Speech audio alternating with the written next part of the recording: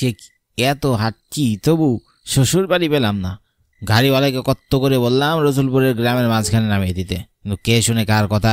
এই গরুর গাড়িওয়ালাদের ভাব দেখে মনে হয় তারা যেন প্লেনের ড্রাইভার। সে কি, এ তো জঙ্গলের ভিতরে চলে এসেছি। এ আবার কাকিনডাঙ্গার জঙ্গল নয় তো? তাহলে তো আর জীবিত আর বাড়ি ফেরা হবে না। বিয়ের পর বউয়ের মুখে শুনেছি কাকিনডাঙ্গার জঙ্গলে একটি কুঠি বাড়ি ছিল। সেই বাড়িতে স্ত্রী স্বামী দুজনেই থাকতো, কিন্তু একদিন সেই কুঠি বাড়িতে ডাকাতরা এসে তার স্ত্রীকে শারীরিক নির্যাতন করে। এরপর স্বামী স্ত্রী দুজনকেই কুপিয়ে হত্যা করে। এরপর থেকে সেই মেয়েটির আত্মা পুরুষ দেখলেই তাদের কলিজা বের করে চিবিয়ে খায়।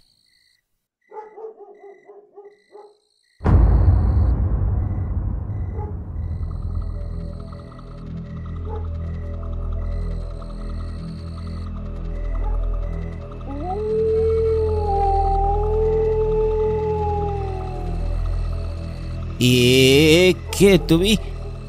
এত রাতে এখানে কি করছো? আমার নাম শ্রীলেখা। তার আগে বল, এত রাতে আমার এই কাকিনডাঙ্গার জঙ্গলে আসতে তোর ভয় করেনি? আমাকে ক্ষমা করো, আমি ভুল করে এখানে চলে এসেছি। আমার কাছে পুরুষদের কোনো ক্ষমা নেই।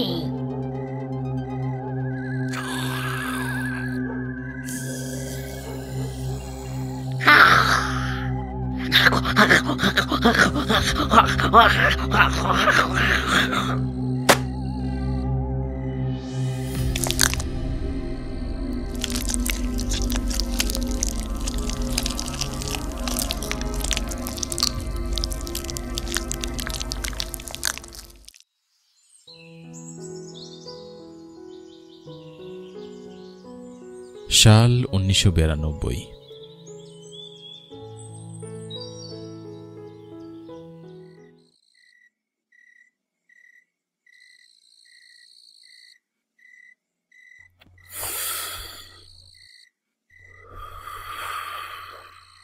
কি গো ভলুর বাপ, আব্বাই মনে হয় আর বেশি দিন বাঁচবো না।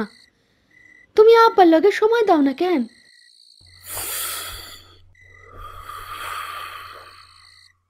দেখো তো কথা কয় না। কি কইতাছি শুনবার পাইছো?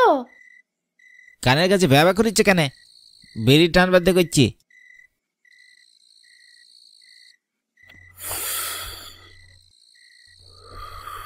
কতবার কইছি তোমারে, যখন মানুষ অসুস্থ হইয়া যায় সে অসহায় হইয়া পড়ে, চায় কেউ না কেউ তার পাশে থাকুক।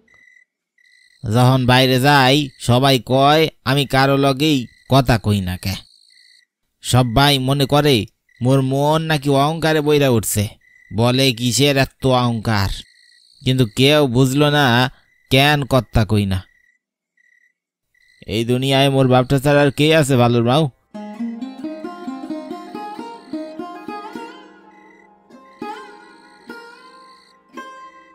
কিন্তু সেই বাপটা 10 মাস ধরে কারোর সাথেই কথা কইতে পারে না। যখন বাপের কাছে গিয়া বহি তখন মোর দু চোখের জল দইরা পানি পড়ে। না বাপের কাছে কান্দন যাইব না। যার বাপ নাই তার কিচ্ছু নাই, বাঁচুম না মুই। ভগবান সাক্ষী রইল, দেখিস ভালোর বাউ, যেই দিন বাপটা মইরা যাইব সাথে বাপটা আমারেও সাথে লইয়া যাইব। আর এটাই মুই চাই। এসব কথা কইও না, তুমি কইও না। 2 দিন পর কবিরাজ যাইব, বাপটারে আবার দেখবো কইছে। কবিরাজরে টাকা দিতে হবে না? তুমি খাওন দাও, কাল সকালে খড়ের হাট আছে গো। ভরা রাইতে বাহির হমু বলদ 2টারে লইয়া, দেরি হইলে ভাড়া পাবো না। রসুলপুর গ্রামের একজন গরু গাড়ির চালক বিশু। বিশু গ্রামের সহজ সরল গম্ভীর একজন মানুষ। বিশুর বাবা ভীষণ অসুস্থ। তার জীবনে কষ্ট শুধু একটাই।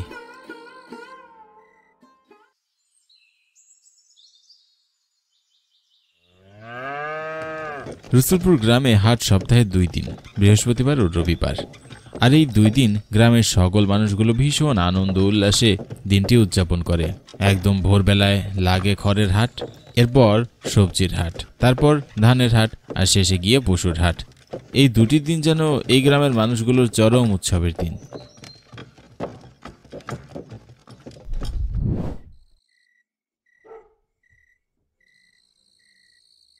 সকালে খাওন খাইবা না? না গো, আজ সকালে আর আইমো না, টাকা লাগবো। একেবারে ধানের হাত শেষ কইরা আমু।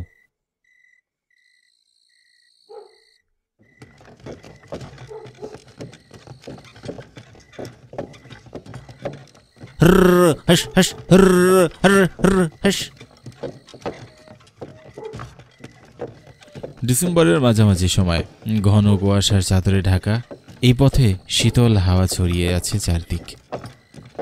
ধীরে ধীরে শীত নামে ধরণীর প্রান্তে, রজনীর শেষ আজ পেরেছি জানতে। ক্ষণে ক্ষণে বনতলে কনকনে হাওয়া চলে, ঝুরু ঝুরু কাপে পাতা শুনেছি একান্তে।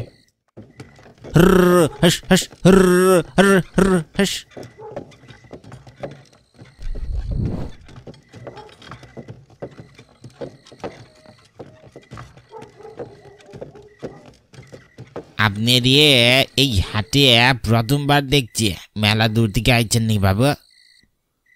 তা নয়, আমি পাশের চুরুলিয়া গ্রামে থাকি, নতুন গরুর খামার করেছি, তাই প্রথমবার দেখছো। সে কি বাবু করছেন কি? একা করে সব খামারি গরু বেচা দিতেছে, আর আপনি কোন নতুন খামার শুরু করেছেন? দেখেন বাবু, লস যেন না হয়। তা ঠিক বলেছ, কিন্তু আমার তো ধুতাল গাভী নয়, গরু মোটা তাজা করানো। তাহলে ঠিকই হইব। তাহলে তোমার নামটা যেন কি বলেছিলে? কি কন বাবু, মুই তো আমার নামই কই নাই। খামো মোর নাম কমু কেন? তাহলে এখন বলো।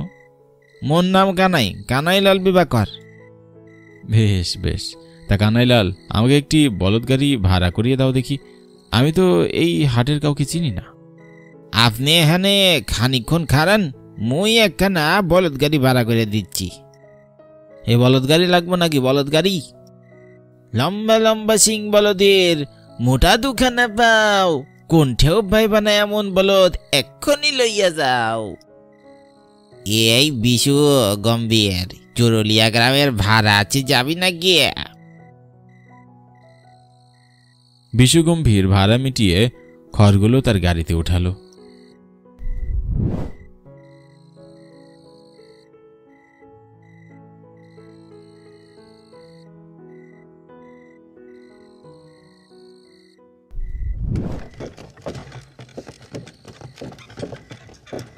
বিশু খড়গুলো বোঝাই করে চলল চুরুলিয়া গ্রামের উদ্দেশ্যে। এভাবে বিশু ভোর থেকে শুরু করে দুপুর বেলা অবধি একের পর এক ভাড়া মারতে থাকে।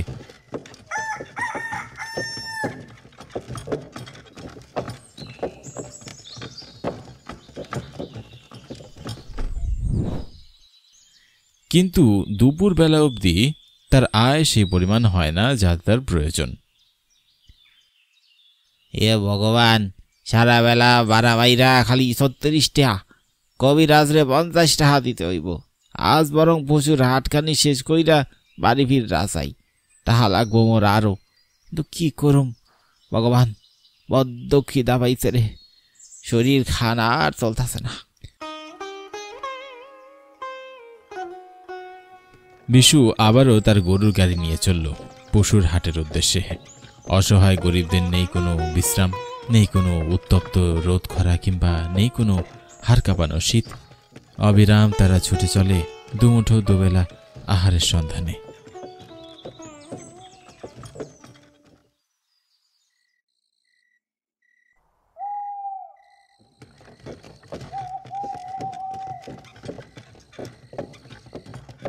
চারিদিকে হাড় কাঁপানো শীত, আর বাতাসের শো শো শব্দ যেন শরীরকে আরও শিহরিত করছে বিশুর। সময় তখন আনুমানিক রাত ৮টা। শীতকালের ছোট দিনের বেলাতে রাত ৮টা মানে এক প্রকার গভীর রাত। চারিদিকে এক নিস্তব্ধ পরিবেশ, তার মাঝে খটর খটর শব্দ করে শীতের রাতে কাঁপুনি দিতে দিতে দুক দুক করে এগিয়ে চলছে বিশুর বলদ গাড়ি। গাড়ির নিচের হারিকেনটি যেন এই বুঝি নিভে যায়। টিমটিম করে জ্বলছে আলো, কোথাও কেউ নেই। অন্ধকার এই পথ, শেষ হবার কোনোই নাম নেই।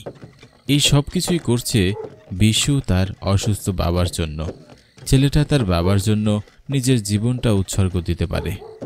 রসুলপুর গ্রামের একদম শেষ প্রান্তে বিশুর বাড়ি, আর এই গ্রামের শুরুতেই হাট বসে। হাট থেকে তার বাড়ি প্রায় 14 কিলোমিটারের পথ। বিশু লক্ষ্য করল হয়তো কেউ তার পিছু পিছু আসছে। গরু গাড়ির জোরালো আওয়াজ তার কান অবধি ভেসে আসছে। একটু চোখ এদিক ওদিক ঘুরাতেই বিশু লক্ষ্য করল তার সামনে থেকে আরও একটি গরুর গাড়ি তার দিকে এগিয়ে আসছে। এমন সময় গরুর গাড়িটি বিশুর সামনে এসে দাঁড়ালো। বিশু তার মাথাটি ঘুরিয়ে তাকিয়ে দেখল এ তো বিষ্টুদা। বিশুর বাড়ির কাছেই বাড়ি। সে কি রে, সেই বিকাল থেকে তোকে খুঁজতে খুঁজতে পাগল হয়ে গেলুম। তোর বউ খাবারটা দিতে কইল। কিসের খবর বিষ্টুদা? কিভাবে যে কইতেই তো এখন কেউ জানি লাগতেছে তোর বাপটা আজ দুপুরে মহিলা গেছে রে। তোরে এখনই বাড়িতে যাওয়ান লাগবো। বিশু আর একটু কথা না বলে চুপচাপ গাড়িটি নিয়ে বাড়ির দিকে চলতে লাগলো। পোলাটা বাপটারে ছাড়া আর কিচ্ছু বোঝে না। এখন কি যে করে ভগবান জানে। বিশুর মাথায় যেন তার আকাশটি ভেঙে পড়ল। পৃথিবীর সব কথা ভুলে এখন শুধু তার বাবার কথাগুলোই মনে পড়ছে তার। বিশু অশ্রু ভরা দুটি চোখ নিয়ে একসময় পথভ্রষ্ট হয়ে চলে গিয়েছে জঙ্গলে। সে কোন পথে যায়, কি বা করে, কিছুই তার মাথায় নেই। সে যেন হারিয়ে গিয়েছে অন্য এক জগতে, অজানা রাজ্যে। দেখতে দেখতে এক সময় চলে আসে বিশু সেই কাকিনডাঙ্গার কালো জঙ্গলে। বিশু লক্ষ্য করল চারিদিকে অদ্ভুত এক প্রকার দুর্গন্ধ। এ যেন এক প্রকার মাংস পচার গন্ধ। বিশু গাড়ি থেকে নেমে সামনের দিকে এগোতে যাবে, ঠিক এমন সময় তার গাড়ির নিচে থাকা হারিকেনটি দুপ করে নিভে গেল। চারিদিকে শো শো বাতাসের শব্দে মাঝে ভেসে আসছে ভয়ঙ্কর এক প্রকার শিয়ালের ডাক। কিন্তু তবু যেন বিশুর চোখে একটু ভয়ের ছাপ নেই।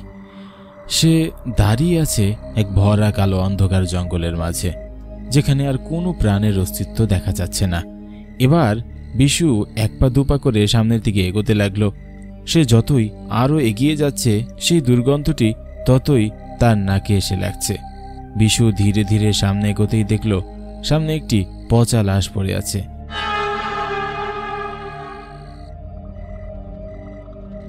এবার বিশু স্বাভাবিক হলো।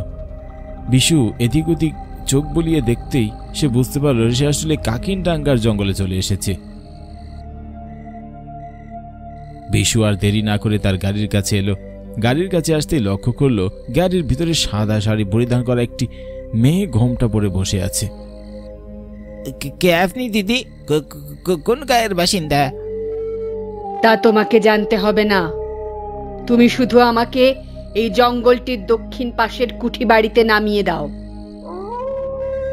মোর বাপ আজকে মইরা গেছে, মরে বাড়ির যাওয়ান লাগবো। দয়া করে গাড়ি খানার থেকে নামে পড়েন।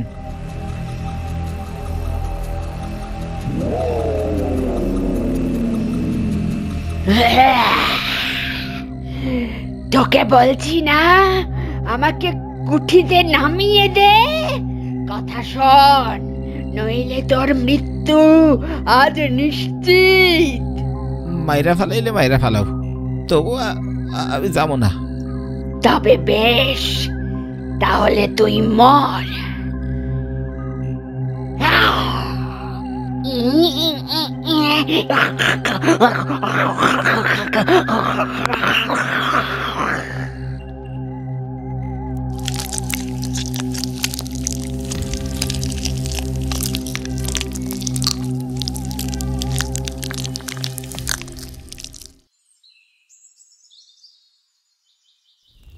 এক সপ্তাহ পর গ্রামের মানুষ বিশুর পছন্দধরা লাশটি উদ্ধার করে। তার লাশের শেষ কাজটি সম্পূর্ণ করা হয়। সেদিনের সেই কথাটি সত্য হলো, যেদিন বিশু বলেছিল তার বাবার মৃত্যুর দিনই তার মৃত্যু হবে।